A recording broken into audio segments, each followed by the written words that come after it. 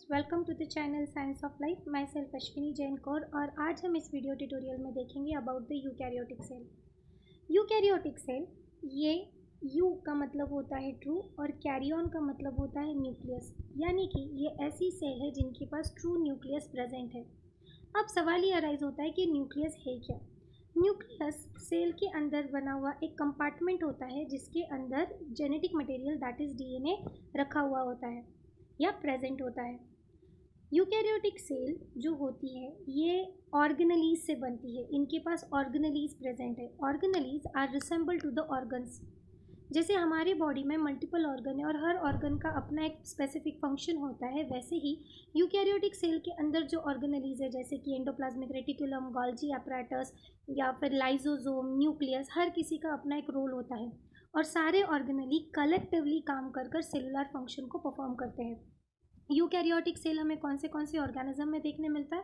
तो plants, animals, fungi, protista, इन सब में हमें यूकैरियोटिक सेल दिखाई देते हैं। फिर बैक्टीरिया के पास कौन सी सेल होती है? बैक्टीरिया के पास प्रोकैरियोटिक सेल होती है, जिसके बारे में हम प्रीवियस वीडियो ट्यूटोरियल में सीख चुके हैं, राइट। इस वीडियो ट्यूटोरियल में हम ब्रीफ अकाउंट लेने वाले हैं यूकैरियोटिक सेल का, जो 8th ग्रेड से लेके नीट एंड नेट के एस्पिरेंट तक हेल्प करेगा, right.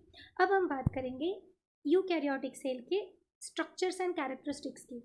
Eukaryotic cell complexly organised होता है। इसके अंदर multiple membrane bound organelles present होती है जो स्पेसिफिक वर्क करने वाले हैं, राइट। मेम्ब्रेन बाउंड ऑर्गेनेलीज, जैसे ही मैंने आपको अभी बताया, these are nothing but a compartments. ये स्पेशलाइज्ड कंपार्टमेंट होते हैं जो स्पेसिफिक फंक्शन के लिए बनते हैं।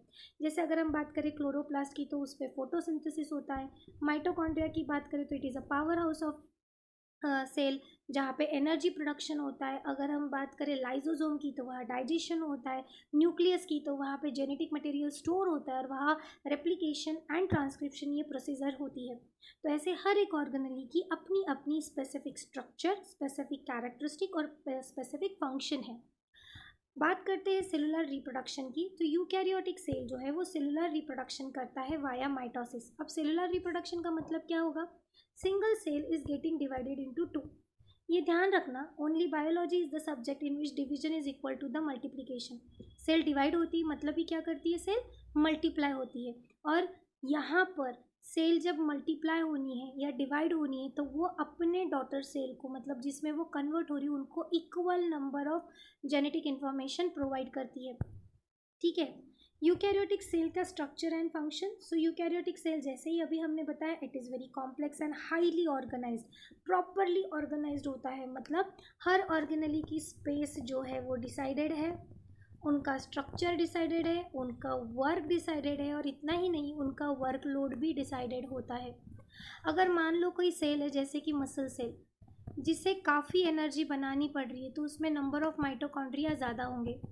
मान लो कोई ऐसी सेल है जिसमें सिक्रीशन ज़्यादा है, यानी वो कुछ सिक्रेटरी सब्सटेंस ज़्यादा बना रहे, तो उसमें गोल्जी एपरेटस या गोल्जी बॉडी का नंबर ज़्यादा रहेगा। स्पर्म्स जिन्हें ट्रैवल करने के लिए बहुत एनर्जी लगती है, उनमें भी माइटोकॉन्ड्रिया का नंबर ज़्यादा होता है। इसका मतलब depending upon the type of cell and depending upon the function of that particular cell, cell organelles का नंबर जो है वो चेंज हो सकता है, राइट। कुछ कुछ ऐसी भी सेल्स है जिसमें कुछ ऑर्गेनेली अपसेंट होती है, जैसे कि मान लो आरबीसी। आरबीसी ऐसी सेल है जो यूकैरियोटिक होने के बावजूद भी मैच्योर आरबीसी के पास ना न्यूक्लियस प्रेजेंट होता है ना माइटोकॉन्ड्रिया। इसका रीज़न क्या है? आरबीसी में न्यूक्लियस इसलिए नहीं होता है क्योंकि उसे हीमोग्लोबिन के लिए ज़्यादा से ज़्यादा जगह देनी होती है, और माइटोकॉन्ड्रिया इसलिए नहीं होता क्योंकि आरबीसी डिज़ाइन की गई है ऑक्सीजन एंड कार्बन डाइऑक्साइड के ट्रांसपोर्टेशन के लिए। अगर माइटोकॉन्ड्रिया रहेगा तो सेलुलर रेस्पिरेशन आरबीसी खुद करेगी, जिसमें ऑक्सीजन का यूटिलाइजेशन होगा और फिर बाकी के सेल्स तक पूरा पूरा ऑक्सीजन पहुंचाया नहीं जाएगा। इस वजह से आरबीसी में न्यूक्लियस एंड माइटोकॉन्ड्रिया क्या है? अपसेंट है। यानी हम समझ सकते हैं during the course of evolution, during the course of development, कुदरत ने, नेचर ने बहुत सही तरीके से प्रॉपरली सेल्स को ऑर्गेनाइज किया है, जिससे सेल का ओवरऑल सर्वाइवल भी होता है और सारे के सारे फंक्शंस भी सही से परफॉर्म होते हैं। अंडरस्टूड। अब बात करते हैं सेल मेम्ब्रेन एंड ऑर्गेनेलीज की। सेल मेम्ब्रेन क्या होती है? सेल मेम्ब्रेन ये एक ऐसा बैरियर होता है जो इन्वायरमेंट, ओके, जो इन्वायरमेंट और साइटोप्लाज्मिक कंटेंट को सेपरेट करती है, मतलब सेल के अंदर के और बाहर के मटेरियल को सेपरेट रखने का काम सेल मेम्ब्रेन करती है। इतना ही नहीं, सेल मेम्ब्रेन ट्रांसपोर्टेशन के लिए भी मदद करती है। वो मटेरियल को इनसाइड या आउटसाइड जाने आने के लिए हेल्प करती है। तो ये फ्लेक्सिबल बैरियर होता है, ठीक है। और ये सारे सेल को प्रेजेंट रहेगा। देखो, सेल वॉल में भी किसी सेल को ना रहे, बट सेल मेम्ब्रेन हर सेल को रहती है। जैसे जब तक दीवारें नहीं रहेगी तब तक हम उसे रूम नहीं कहेंगे, वैसे ही जब तक सेल मेम्ब्रेन नहीं रहेगी हम उसे सेल नहीं कह सकते। हाँ, कंपाउंड वॉल हर बिल्डिंग को हो ये ज़रूरी नहीं है, वैसे ही सेल वॉल हर सेल को हो ये ज़रूरी नहीं है, बट सेल मेम्ब्रेन हर सेल को होती है। सेल मेम्ब्रेन जो है उसे प्लाज्मा मेम्ब्रेन भी कहा जाता है। इसे प्लाज्मा मेम्ब्रेन इसलिए कहा जाता है क्योंकि उसके इनसाइड साइटोप्लाज्म को प्लाज्मा से कंसिडर किया जाता है।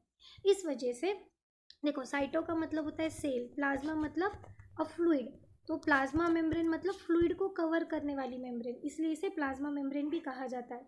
ये थिन होती है, फ्लेक्सिबल होती है, ये फॉस्फोलिपिड बाइलेयर से बनती है, ठीक है। और इसके इन बिटवीन प्रोटीन इम्बेडेड होते हैं, जिससे क्या हो, जो चैनल का काम करे। जैसे ये फॉस्फोबाइलिपिड बना हुआ है और यहाँ पे देखो इस तरह से प्रोटीन इम्बेडेड होते हैं, राइट। देखो यहाँ आप देख सकते हो, I will try to zoom it out, yes I can.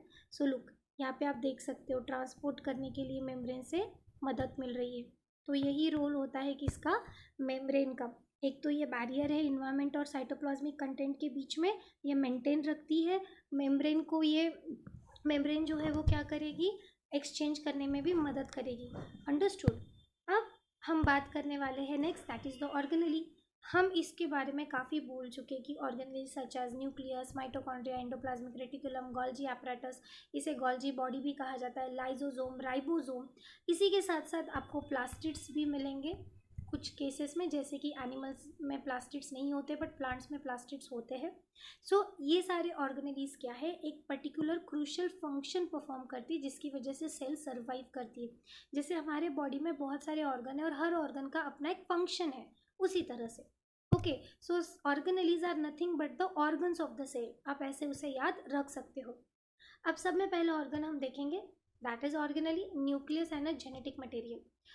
पहली बात तो ये कि हमने सेल को डिवाइड ही इस बेसिस पे किया है कि न्यूक्लियस उस पर प्रेजेंट है या नहीं है, राइट। सो न्यूक्लियस प्रेजेंट है, इसी वजह से तो इसे हम क्या कह रहे हैं, इसे हम कह रहे हैं यूकैरियोटिक सेल, राइट। सो तो इनके पास न्यूक्लियस होता है और ये सेंटर है, हम कह सकते हैं it is a brain of the cell, right. ये यूकैरियोटिक सेल का ब्रेन है जिसमें जेनेटिक मटेरियल प्रेजेंट होता है और कौन सी डीएनए, कौन सा प्रोटीन सिंथेसाइज होना है, अब सेल ने क्या करना चाहिए क्या नहीं करना चाहिए, सब का रेगुलेशन न्यूक्लियस से किया जाता है। न्यूक्लियस जो है वो डबल मेम्ब्रेन स्ट्रक्चर है, मतलब उससे दो लेयर बनी हुई है, दो मेम्ब्रेन की लेयर बनी हुई है, और उसे हम कहते हैं न्यूक्लियर मेम्ब्रेन या फिर न्यूक्लियर इनवलप। क्या कहेंगे हम उसे, न्यूक्लियर इनवलप। न्यूक्लियर इनवलप में बीच में पोर्स होते हैं जिसे हम न्यूक्लियर पोर कहते हैं, जिससे जो भी मटेरियल अंदर बाहर करना है वो हो सकता है। उसी के साथ साथ इसके अंदर एक स्पेशलाइज्ड रीजन होता है जिसे हम न्यूक्लियोलस कहते हैं। Nucleolus, it is a site of ribosome synthesis and R protein, ribosomal protein and R RNA synthesis. Ribosome का सिंथेसिस करना मतलब क्या, राइबोसोम किससे बनता है, आर आरएनए से बनता है और राइबोसोमल प्रोटीन से बनता है। तो राइबोसोमल प्रोटीन बनाने के लिए और आर आरएनए बनाने के लिए कौन सा सेक्शन, कौन सा पार्ट इंपॉर्टेंट है, न्यूक्लियोलस। इसे याद रखना, ये नीट और नेट, डीबीटी, सेट, पेट ऐसे एग्जामिनेशन में पूछा जाता है, मतलब कॉम्पिटिटिव एग्जामिनेशन में ये पूछा जाता है कि न्यूक्लियोलस सर्व साइट एज और अ फॉर राइबोसोम सिंथेसिस। कभी कभी ऐसा भी आएगा कि R RNA synthesis, R N L ribosomal protein synthesis, या बोथ। तो बोथ, क्योंकि दोनों से ही राइबोसोम बनेगा, सिंगल आर आरएनए से राइबोसोम नहीं बनता, ना ही सिंगल राइबोसोमल प्रोटीन से आरएनए बनता, राइबोसोम बनता है, उसको दोनों कंपोनेंट चाहिए। अब हम बात करते हैं माइटोकॉन्ड्रिया की। माइटोकॉन्ड्रिया को कहा जाता है power house of the cell. Why it is called as power house of the cell, क्योंकि यहाँ पर बॉडी में जितना भी एनर्जी प्रोडक्शन होता है उसका मेन की ऑर्गेनली कौन है, माइटोकॉन्ड्रिया। दैट इज़ वाई उसे energy power house of the cell कहा जाता है या एनर्जी प्रोडक्टिव हाउस कहा जाता है।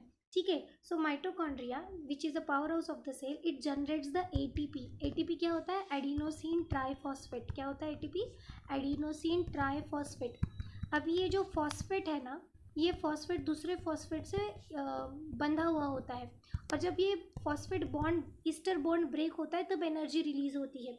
तो during the break of this phosphate bond energy release होती है, इसलिए हमारी करेंसी क्या है? ATP. Energy currency of the body क्या है फिर? एटीपी। या energy currency of the cell क्या है? एटीपी। ये भी माइटोकॉन्ड्रिया भी डबल मेम्ब्रेन स्ट्रक्चर है, बस इसमें इनका जो स्ट्रक्चर होता है वो थोड़ा सा यूनिक है। बाहर की मेम्ब्रेन तो जैसे वैसे ही रहेगी, बाकी के इसमें जैसी होती है, बट जो इंटरनल मेम्ब्रेन होती है, इनर मेम्ब्रेन होती है, वो इस तरह से कॉन्व्यूलेटेड हमें दिखाई देती है, जिसे हम सिस्ट्री कहते हैं। और ये क्रिस्ट्री भी कहा जाता है, इसे क्रिस्टी या सिस्ट्री दोनों भी कहा जाता है। तो ये जो क्रिस्टी होती है ये इस तरह से कॉन्व्यूलेटेड इसलिए है क्योंकि ये ज़्यादा से ज़्यादा सरफेस एरिया प्रोवाइड कर सके, दैट इज़ वाई फोल्ड्स हमें वहाँ पे दिखाई देते हैं। अंडरस्टूड। अब ये जो स्पेस है यहाँ पर, let me change the colour. अभी आप देख सकते हो जो रेड कलर से मैं स्पेस बता रही हूँ, किस में है वो स्पेस? इनर मेम्ब्रेन और आउटर मेम्ब्रेन, इन दोनों में जो स्पेस है उसे हम क्या कहेंगे? क्या कहेंगे हम उसे? Yes, matrix. ठीक है, क्या कहेंगे? ये मैट्रिक्स होता है, जो इंटरनल होता है उसे हम क्या कहेंगे? मैट्रिक्स कहेंगे। अंडरस्टूड? समझ में आ गया आप लोगों को? राइट। तो अब ये जो हमारी, फिर से एक बार मैं ड्रॉ करके बताती हूँ, ये जो माइटोकॉन्ड्रिया है ये स्पेस को इंटरमेम्ब्रेन स्पेस कहा जाएगा क्योंकि ये दो मेम्ब्रेन के बीच में है, और जो अंदर है उसे हम क्या कहेंगे? मैट्रिक्स कहेंगे। Don't get confuse in it. ठीक है, अब बात करते हैं रोल का। तो इसका मेटाबॉलिज्म में भी रोल है, क्योंकि सेलुलर प्रोसेसेस में सेल सिग्नलिंग में, सेल डेथ के लिए, मेटाबॉलिज्म के लिए माइटोकॉन्ड्रिया बहुत इंपॉर्टेंट हो जाता है। ये कार्बोहाइड्रेट्स का ब्रेकडाउन करता है, और ये सिर्फ कार्बोहाइड्रेट्स का ही ब्रेकडाउन नहीं करता, ये फैट्स का भी ब्रेकडाउन कर सकता है एंड प्रोटीन्स का भी कर सकता है, depending upon the need of body. मतलब देखो, अगर किसी ने फास्टिंग कंडीशन रखी हुई है, ओके किसी ने कौन सी कंडीशन है? फास्ट कंडीशन रखी हुई है, मतलब वो स्टारवेशन पर है, वो कुछ खा नहीं रहा है, उसमें के बॉडी में का जब कार्बोहाइड्रेट खत्म हो जाएगा, which is a primary source of energy, तो वो क्या यूटिलाइज करेंगे? फैट। अगर फैट का अमाउंट भी रिड्यूस हो गया तो फिर किसे यूटिलाइज करेंगे? प्रोटीन को। और इसके लिए कौन हेल्प करता है? इसके लिए माइटोकॉन्ड्रिया हेल्प करता है। अपकमिंग वीडियो ट्यूटोरियल में इन चीज़ों को हम डिटेल में सीखेंगे। अब आती है नेक्स्ट ऑर्गेनेली की बारी, दैट इज क्लोरोप्लास्ट, एंड उसमें होता है फोटोसिंथेसिस। क्लोरोप्लास्ट ये प्लास्टिड है, ठीक है, क्योंकि ये ग्रीन कलर्ड पिगमेंट क्लोरोफिल से बना हुआ है, इसलिए इसे क्लोरोप्लास्ट कहा जाता है। क्लोरोप्लास्ट जो है ये सिर्फ प्लांट्स में ही हमें मिलता है। Animal cells lack the chloroplast. अगर एनिमल सेल के पास क्लोरोप्लास्ट होता तो हमारा भी कलर ग्रीन होता। प्लांट्स में भी स्पेसिफिकली वो लीव्स में मिलेगा, सारे सेल में नहीं मिलेगा। जैसे मैंने आपको बताया, depending upon the type of cell, जो ऑर्गेनेलीज है उनका number and presence and absence alter हो सकता है। तो यहाँ पे और एक एग्जांपल हमें दिखता है कि क्लोरोप्लास्ट हमें कहाँ पे दिखाई देता है? लीव्स में दिखाई देता है, और यंग स्टेम में दिखाई देता है। बार्क, रूट ऐसे जगह पे हमें क्लोरोप्लास्ट दिखते नहीं हैं। ओके, क्लोरोप्लास्ट ये फोटोसिंथेसिस की साइट है। फोटोसिंथेसिस का मतलब होता है synthesis of the glucose in the presence of sunlight. Photo का मतलब सनलाइट, और in the presence of sunlight वहाँ पे क्या होने वाला है? In the presence of sunlight we are making something, cells are making something, इसलिए उसे सिंथेसिस कहा जाता है। अल्टीमेटली ग्लूकोज का प्रोडक्शन किया जाता है in the process of photosynthesis. और ये ध्यान में रखना, photosynthesis is the only procedure in which oxygen is going to be release. बाकी की सारी प्रोसीजर में ऑक्सीजन यूटिलाइज होता है। बायोलॉजिकल से फोटोसिंथेसिस ही ऐसी प्रोसीजर है जिसमें ऑक्सीजन बनता है।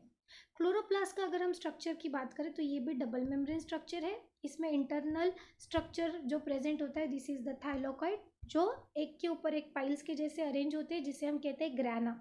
ठीक है, थाइलोकॉइड के अंदर ही क्लोरोफिल पिगमेंट होता है, जो ग्रीन कलर का पिगमेंट है, और वो लाइट एनर्जी को एब्जॉर्ब करके उसको केमिकल एनर्जी में कन्वर्ट करने में हेल्प करता है। इम्पॉर्टेंस क्या है फिर? अगर फोटोसिंथेसिस नहीं हुआ तो प्लांट या कोई भी प्रोड्यूसर्स ग्लूकोज नहीं बना पाएंगे। और अगर ग्लूकोज ही नहीं बना तो जो न्यूट्रिएंट साइकिल है वो डिस्टर्ब हो जाएगी एंड लाइफ जो है वो सस्टेन नहीं कर पाएगी ऑन द अर्थ। इस वजह से ग्रोथ एंड डेवलपमेंट के लिए अर्थ पर लाइफ को सस्टेन करवाने के लिए फोटोसिंथेसिस होना ज़रूरी है और फोटोसिंथेसिस के लिए क्लोरोप्लास्ट ज़रूरी है, क्लोरोफिल पिगमेंट ज़रूरी है। अंडरस्टूड। अब बारी आती है नेक्स्ट ऑर्गेनेली की, that is endoplasmic reticulum. Endoplasmic reticulum जो है, इसे एंडोप्लाज्मिक रेटिकुलम इसलिए कहते हैं क्योंकि अगर आप इसका स्ट्रक्चर देखोगे तो इसका स्ट्रक्चर स्टार्ट होता है फ्रॉम द न्यूक्लियर मेम्ब्रेन और एंड होता है टू द प्लाज्मा मेम्ब्रेन। तो ये प्लाज्मा मेम्ब्रेन के अंदर के साइड है, एंडो मतलब अंदर, प्लाज्मिक मतलब प्लाज्मा मेम्ब्रेन, और इनका स्ट्रक्चर रेटिकुलम जैसे होता है, like this channel like structure इनका दिखाई देता है, इसलिए इसे एंडोप्लाज्मिक रेटिकुलम कहा गया है। एंडोप्लाज्मिक रेटिकुलम के दो टाइप है, एक होता है रफ एंडोप्लाज्मिक रेटिकुलम, दूसरा होता है smooth endoplasmic reticulum. Rough endoplasmic reticulum के ऊपर राइबोसोम प्रेजेंट होते हैं और वो ऊपर से हमें खुरदुरे दिखते हैं, रफ दिखते हैं, इसलिए उसे हम रफ एंडोप्लाज्मिक रेटिकुलम कहते हैं। जो स्मूथ एंडोप्लाज्मिक रेटिकुलम होते हैं वो फ्री ऑफ राइबोसोम होते हैं, उसपे से कोई भी ऐसा खुरदुरापन या रफनेस हमें नहीं दिखती, इसलिए हम उसे स्मूथ एंडोप्लाज्मिक रेटिकुलम कहते हैं ना। जो रफ एंडोप्लाज्मिक रेटिकुलम है, it is a site of protein synthesis. ठीक है, rough endoplasmic reticulum is a site for protein synthesis की वो साइट है। फिर स्मूथ एंडोप्लाज्मिक रेटिकुलम का काम क्या होता है? स्मूथ एंडोप्लाज्मिक रेटिकुलम भी सिंथेसिस का ही काम करता है, बट प्रोटीन का नहीं। वो लिपिड को सिंथेसाइज कर सकता है, हार्मोन्स को सिंथेसाइज कर सकता है, वो सेक्रीशन के लिए रिस्पॉन्सिबल हो सकता है। Understood. So depending upon the presence and absence of the ribosome, endoplasmic reticulum is divided into two types, that is or two distinct forms, that is smooth endoplasmic reticulum and rough endoplasmic reticulum। ठीक है, smooth endoplasmic reticulum lipids को बना सकता है, drugs को detoxify कर सकता है, कैल्शियम आयन को स्टोर करके रख सकता है। And rough endoplasmic reticulum protein synthesis करता है, फोल्डिंग और मॉडिफिकेशन में वो हेल्प करता है। ठीक है, समझ में आ गया। अब आता है next, that is Golgi apparatus. Golgi apparatus जो है ये next to the endoplasmic reticulum present होता है और इसका स्ट्रक्चर कुछ इस तरह से होता है, लाइक इसमें cis and trans cisternae present होती है। और इनका बेसिकली काम क्या होता है? प्रोटीन को सॉर्ट करना, पैक करना, डिस्ट्रीब्यूट करना और सिक्रीट करना। अब इसे समझने के लिए हम एक एग्जांपल समझ लेते हैं कि मान लो हमारी चिप्स की फैक्ट्री है। ठीक है, चिप्स की फैक्ट्री है, तो सबसे पहले हमें क्या करना पड़ेगा? रॉ पोटैटोज़ लाने पड़ेंगे, उसको क्लीन करना पड़ेगा, पील करना पड़ेगा, पील करने के बाद में उसके चिप्स बनाने पड़ेंगे, उसे फ्राई करने पड़ेंगे और उसको फिर स्प्रिंकल करना पड़ेगा विद द सॉल्ट। यहाँ पे ही हमारी प्रोसीजर ख़त्म होती है क्या? नहीं, उसको बाद में हमें प्रॉपरली वे करके पैक करना है अलग अलग साइज़ के कंटेनर में, मतलब 5 रुपये वाला पैकेट अलग, 10 वाला पैकेट अलग, ऐसे। और पैकेजिंग के बाद उसको डिस्ट्रीब्यूट करना है, मतलब रिटेलर्स के पास भेजना है, होलसेलर्स के पास भेजना है, होलसेलर्स रिटेलर को बेचेंगे या डायरेक्टली रिटेलर के पास भेजना है। तो बन जाना, सिर्फ प्रोटीन सिंथेसाइज हो जाने पे काम ख़त्म नहीं होता, वो प्रोटीन को पहले सॉर्ट करना कि वो कहाँ का प्रोटीन है, मेम्ब्रेन का प्रोटीन है कि साइटोप्लाज्म का प्रोटीन है। सॉर्टिंग हो जाने के बाद उसका सेकेंडरी टर्शरी स्ट्रक्चर लेना, that is packaging of the protein.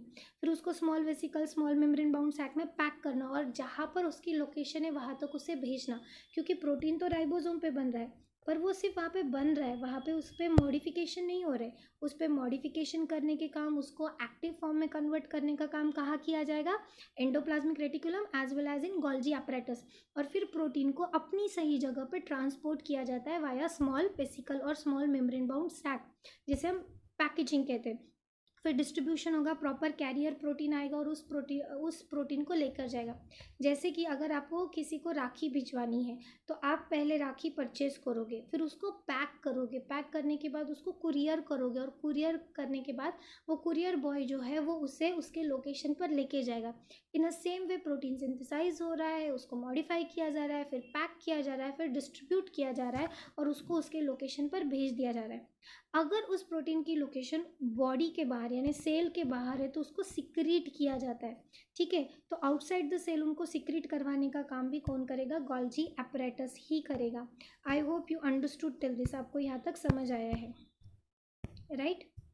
अब हम बात करेंगे लाइसोसोम्स एंड सेलुलर एक्टिविटी या सेलुलर मेटाबॉलिज्म। लाइसोसोम ये प्लांट्स में प्रेजेंट नहीं होते। लाइसोसोम ये ऐसी ऑर्गेनेली जो एनिमल सेल में दिखाई देती है। Lysosome single membrane bound structure है, एक ही सिंगल मेम्ब्रेन उसमें प्रेजेंट होती है। न्यूक्लियस, माइटोकॉन्ड्रिया एंड प्लास्टिड इनके पास डबल मेम्ब्रेन होती है। लाइसोसोम जो होता है उसके अंदर क्रूशियल एंजाइम प्रेजेंट होते हैं जो कैटालिटिक एंजाइम है। कैटालिटिक एंजाइम का मतलब होता है कि जो क्या कर रहे हैं, डाइजेशन का काम कर रहे हैं, मतलब कॉम्प्लेक्स मटेरियल को सिंपल में फॉर्म कन्वर्ट करने का काम कर रहे हैं। तो ये क्या क्या काम करेगा, सेलुलर रिसाइकलिंग सेंटर है ये, मतलब सेल में जो भी प्रोटीन लिपिड खराब हो गया जिसका कुछ काम नहीं उसको क्या किया जाएगा, डिग्रेडेड करने लाइसोसोम के पास भेजा जाएगा। अगर बॉडी में कोई वेस्ट मटेरियल बन रहा है, सेल में कोई वेस्ट मटेरियल बन रहा है तो उसको ब्रेक करने के लिए लाइसोसोम के पास भेजा जाएगा। अगर सेल इटसेल्फ खराब हो गई है तो उसको कील करने के लिए भी लाइसोसोम रिस्पॉन्सिबल है। इस वजह से लाइसोसोम को सुसाइडल बैग भी कहा जाता है, क्योंकि अगर वो बर्स्ट हो गई, ठीक है, क्या कहा जाता है, सुसाइडल बैग। अगर वो बर्स्ट होगी तो पूरा के पूरा साइटोप्लाज्मिक कंटेंट क्या हो जाएगा, डिग्रेडेड हो जाएगा और सेल डेथ हो जाएगी। डाइजेस्ट करने के लिए एक्सटर्नल मटेरियल जो भी बॉडी के अंदर आ रहा है, सेल के अंदर आ रहा है, तो उस सेल में आए वाले एक्सटर्नल मटेरियल को डाइजेस्ट करने का काम भी लाइसोसोम करती है। तो लाइसोसोम का बहुत इंपॉर्टेंट रोल है कि वो हार्मफुल मटेरियल को डिग्रेडेट कर देती है, वो ऑर्गेनिज्म, माइक्रो ऑर्गेनिज्म को किल कर सकती है, वो सेल में बने हुए वेस्ट मटेरियल को डिकम्पोज कर सकती है। अब instead of saying decompose, degraded कहना सही रहेगा, क्योंकि इसके पास डाइजेस्टिव एंजाइम है, कैटालिटिक एंजाइम है। और अगर सेल इटसेल्फ अपोप्टोसिस में जा रही है तो वो ऑटोफाजी भी कर सकता है, ठीक है, ताकि सेलुलर डैमेज या डिस्फंक्शनल सेलुलर कंपोनेंट को वो क्या कर सके, रिमूव कर सके। पूरे पूरे सेल को भी डिस्ट्रक्ट कर सकता है, या फिर जो ऑर्गेनली ख़राब हो रखी है उसको वो क्या कर सकता है, डिस्ट्रक्ट कर सकता है, और न्यू ऑर्गेनलीज वहाँ पे सिंथेसाइज होगी। अब बारी साइटोस्केलेटन एंड सेल मूवमेंट की। सेल के अंदर माइक्रोट्यूब्यूल, माइक्रोफिलामेंट्स और इंटरमीडिएट फिलामेंट जैसे स्ट्रक्चर्स प्रेजेंट होते हैं जो सेल को एक शेप देते हैं और सेल के मूवमेंट के लिए रिस्पॉन्सिबल होते हैं। माइक्रोट्यूब्यूल उनमें से ये लॉन्ग, सिलेंड्रिकल, हॉलो ऐसे स्ट्रक्चर होते हैं जिसमें ट्यूब्यूलिन प्रोटीन प्रेजेंट होता है। ये ध्यान में रखना, माइक्रोट्यूब्यूल, ट्यूब्यूलिन प्रोटीन, ठीक है। ये सेल डिवीजन, इंट्रासेलुलर ट्रांसपोर्ट और सीलिया और फ्लैजिला के मूवमेंट के लिए रिस्पॉन्सिबल है। माइक्रोफिलामेंट्स क्या होते हैं, ये थिन सॉलिड फाइबर होते हैं जो प्रोटीन एक्टिन से बनते हैं। तो माइक्रोफिलामेंट्स किससे बनेंगे, एक्टिन से बनेंगे। माइक्रोट्यूब्यूल किससे बनेंगे, ट्यूब्यूलिन प्रोटीन से बनेंगे। इसे याद रखिए, ये कॉम्पिटिटिव एग्जामिनेशन में ट्रिकी क्वेश्चन में पूछा जाता है। ये मूवमेंट के लिए रिस्पॉन्सिबल है, एक्सटेंशन के लिए रिस्पॉन्सिबल है, जैसे कि अमीबा में जो हमें सूडोपोडिया दिखाई देता है वो। नाउ इंटरमीडिएट फिलामेंट्स क्या होते हैं, ये रोप लाइक स्ट्रक्चर होते हैं जो टेंसाइल स्ट्रेंथ देते हैं और सेल को, ऑर्गेनलीज को सेल के अंदर एंकर्ड होने देते हैं। जैसे हमारे ऑर्गन्स हमारे स्केलेटन के साथ या हमारे बॉडी के साथ अटैच होते हैं किसी ना किसी तरह से, उसी तरह से ऑर्गेनलीज भी सेल के साथ ऐसे पूरी फ्लडेड नहीं होती। अगर वो पूरी फ्लडेड रहती तो हमेशा उसकी लोकेशन ऑर्गेनलीज की सेल में कहीं पे भी स्प्रेड हो सकती थी, क्योंकि साइटोप्लाज्म ये जेली लाइक सब्सटेंस से बना हुआ है। बट इंटरमीडिएट फिलामेंट्स जो होते हैं वो अटैचमेंट के लिए हेल्प देते हैं ताकि उनकी लोकेशन सही रहे, जैसे कि केराटिन, विमेनेटिन, लैमिन वगैरह वगैरह। ओके, अब बारी आती है सेल डिवीजन की। तो सेल डिवीजन कर सकती है माइटोसिस, मियोसिस, इनके through. Okay, so mitosis, meiosis ऐसे दो टाइप के सेल डिवीजन हो सकती है, ये ध्यान में रखना। माइटोसिस होता है in the somatic cell. Somatic cell मतलब बॉडी के सेल होते हैं या फिर स्टेम सेल, ठीक है। तो सोमैटिक सेल और स्टेम सेल में माइटोसिस होता है। मियोसिस होगा इन अ जर्म सेल, दोनों में भी डिस्टिंक्ट डिफरेंट है। माइटोसिस इसे इक्वेशनल डिवीजन भी कहा जाता है, क्योंकि इसके रिजल्ट में जो डॉटर सेल के पास नंबर ऑफ क्रोमोजोम होते हैं वो इक्वल होते हैं। लाइक अगर मदर के पास 2 सेट ऑफ क्रोमोजोम है तो डॉटर्स के पास भी 2 सेट ऑफ क्रोमोजोम ही प्रेजेंट रहेंगे। But in case of meiosis क्या होता है, मदर सेल के पास अगर 2 सेट ऑफ क्रोमोजोम है तो डॉटर के पास सिंगल सेट जाएगा, मतलब हाफ रिड्यूस होता है, इसलिए इसे रिडक्शनल डिवीजन भी कहा जाता है। क्या कहा जाता है इसे बच्चों, रिडक्शनल डिवीजन भी कहा जाता है। इसके बारे में डिटेल हम अलग से वीडियो में समझ कर लेंगे। अभी बस आप इतना समझ लीजिए कि जो माइटोसिस होता है वो somatic cell and stem cell में होगा, और जो मियोसिस होता है वो किस में होगा, in a germ cell. Gametes are the result of meiosis, ठीक है, गैमेट्स में मियोसिस नहीं होता, gametes are the result of meiosis. Understood till this, ठीक है। अब हम बात करेंगे what are the difference between plant cell and animal cell. तो प्लांट सेल के पास सेल वॉल होती है, एनिमल सेल के पास सेल वॉल नहीं होती। प्लांट सेल के पास लार्ज सेंट्रल वैक्यूल प्रेजेंट होता है, एनिमल सेल के पास जनरली वैक्यूल्स नहीं होते, और अगर है भी तो स्मॉलर होते हैं। सेल वॉल जो है वो प्रोटेक्शन देती है प्लांट्स को, एनिमल्स के पास तो सेल वॉल है ही नहीं। प्लास्टिड्स जो है वो प्लांट सेल में प्रेजेंट होते हैं, एनिमल सेल में प्लास्टिड नहीं होते। एनिमल सेल में लाइजोसोम्स होते हैं, प्लांट सेल में लाइजोसोम्स नहीं होते। एनिमल सेल में माइक्रोट्यूब्यूल्स होते हैं, सेंट्रियोल्स होते हैं, प्लांट सेल में सेंट्रियोल्स नहीं होते हैं। ठीक है, this is about what, this is about the difference between plant cell and animal cell. Now what is the importance of eukaryotic cell in living organism. ये ध्यान, पहले कौन सी सेल आई थी, प्रोटोप्लाज्मिक सेल आई थी, और वही प्रोटोप्लाज्मिक सेल आगे धीरे धीरे इवॉल्व होते होते कन्वर्ट हुई है इनटू द यूकैरियोटिक सेल, जिसमें मल्टीपल ऑर्गेनेलिज प्रेजेंट है। मतलब अर्थ पर जो कॉम्प्लेक्स लाइफ हमें दिखाई देती है उसका जो फाउंडेशन है, उसका जो बेस है, वो यूकैरियोटिक सेल है। यूकैरियोटिक सेल ने पहले खुद के अंदर ऑर्गेनेलिज लाए, और फिर वैसे ही वो आगे जाके डेवलप होते होते अब क्या हुआ है, multiple organ, multiple tissues formation, complex tissue, complex organ formation, और मल्टी सेलुलर सेल्स बने।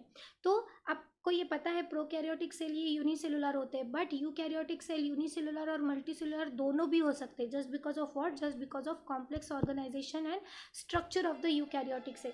Understood till this? So this is all about the eukaryotic cell in a brief. In next video tutorial we are going to start with a specific organelles. Each and every organelles को हम detail में study करेंगे। अगर आपको इसके related कोई भी doubt है तो आप कमेंट बॉक्स में अपना क्वेश्चन डाल सकते हो। जेन्युइन क्वेश्चंस को आंसर करने की पूरी कोशिश की जाएगी। अगर आपको ये वीडियो नॉलेजेबल लगा है तो इसे लाइक कीजिए, अपने फ्रेंड्स के साथ शेयर कीजिए, और अगर आप चैनल पर नए हो तो उसे सब्सक्राइब कीजिए। तब तक के लिए be healthy, wealthy, peaceful, study well, and yes ध्यान में रखिए, you have to study smartly. Have a great time ahead. Bye.